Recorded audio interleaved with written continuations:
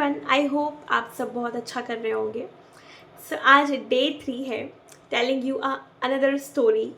और ये स्टोरी भी जापान को लेकर है। अब आप कहोगे कि मैं जापान से ऑब्सेस्ड हूँ क्या? नहीं नहीं, ऐसा कुछ नहीं है, लेकिन हाँ कह सकते हो कि मैं ऑब्सेस्ड हूँ, राइट। अब ये स्टोरी से मैंने क्या सीखा ड्यूरिंग माई प्रिपरेशन डेज जो था।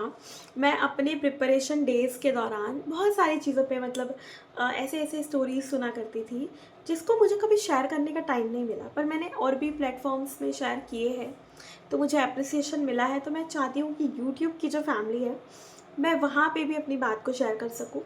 किसी एक की लाइफ में भी मैं अगर इम्पैक्ट दे पा रही हूँ, अगर वो इंसान मुझसे कुछ सीख रहा है, तो I think I am going good.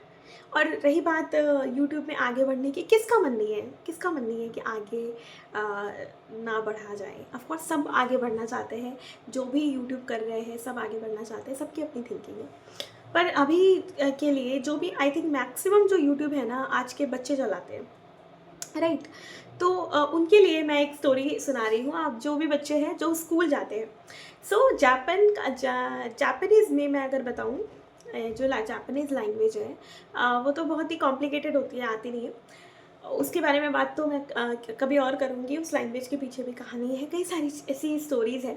But आज के लिए जो स्टोरी है, और वो स्टोरी है स्पेशली अबाउट कि जो जापान में जो स्कूल होता है वहाँ पे 3 बेल्स लगाए जाते हैं।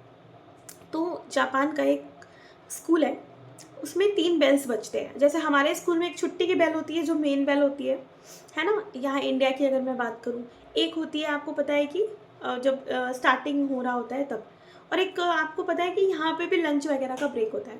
लेकिन जापान की वो जो 3 बेल बजती थी ना, वो कोई लंच ब्रेक एंड वो सब चीज़ों के लिए कर नहीं बजती थी।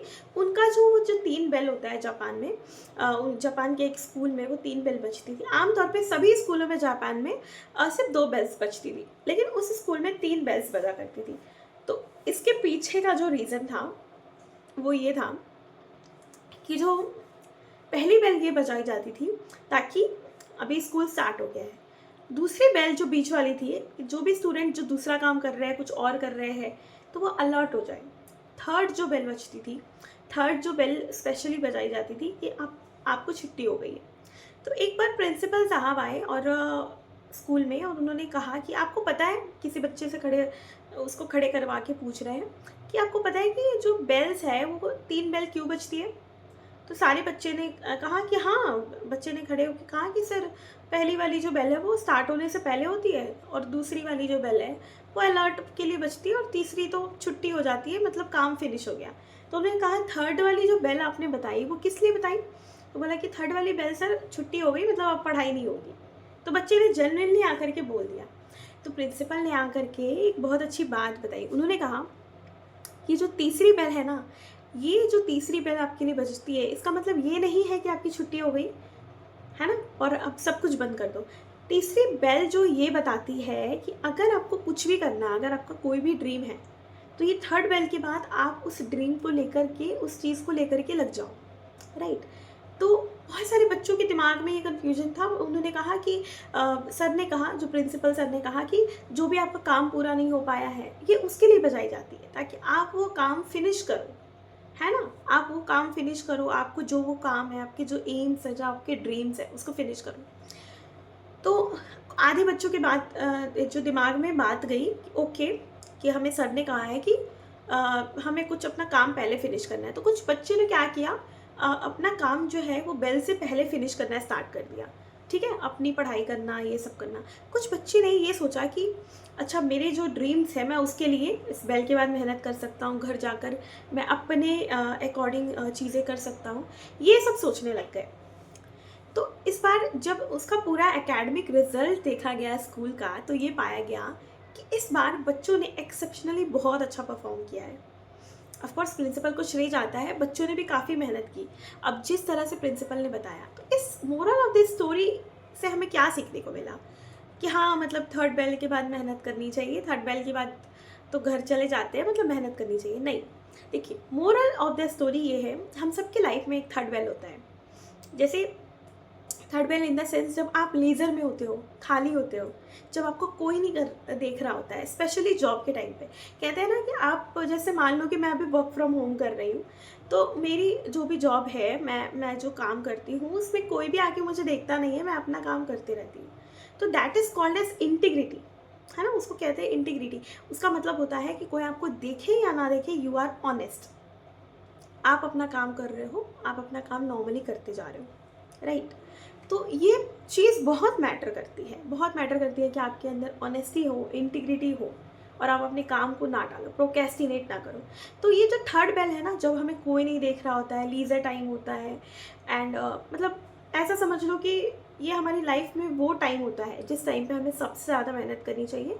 और जो ये थर्ड बेल लीजर टाइम पे जो हमारे पास एक्स्ट्रा टाइम मिलता है हमें बहुत सारा, उस पर जो ये मेहनत कर लेता है, वही आदमी, वही इंसान सफल होता है अपने जीवन में, है ना। तो ये जो छोटा छोटा टाइम है जिसको हम फ़ोन चलाने में, स्क्रॉलिंग करने में, ऑल्दो सब करते हैं ये चीज़, लेकिन जिसके बिगर ड्रीम्स है, जिसको कुछ अचीव करना है, जिसको आगे बढ़ना है, उसके लिए sacrifice is the most important thing.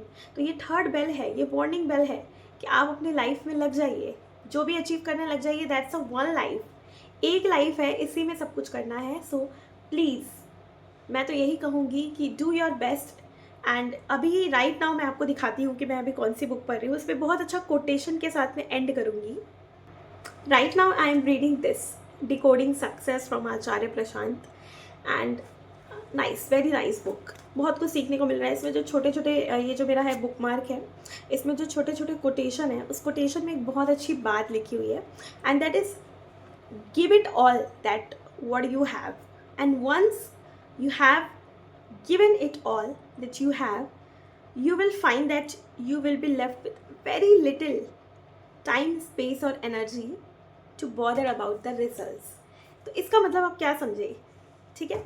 इसका मतलब आप जो भी समझे मुझे आप बताइएगा। आई रियली रियली होप, जो हिंदी वाले हैं उनको मैं समझा देती हूँ कि अपना सब कुछ दे दो, सारी सेक्रीफाइसेस कर दो अपने ड्रीम को पाने में, अपने जो भी लक्ष्य है उसको पाने में।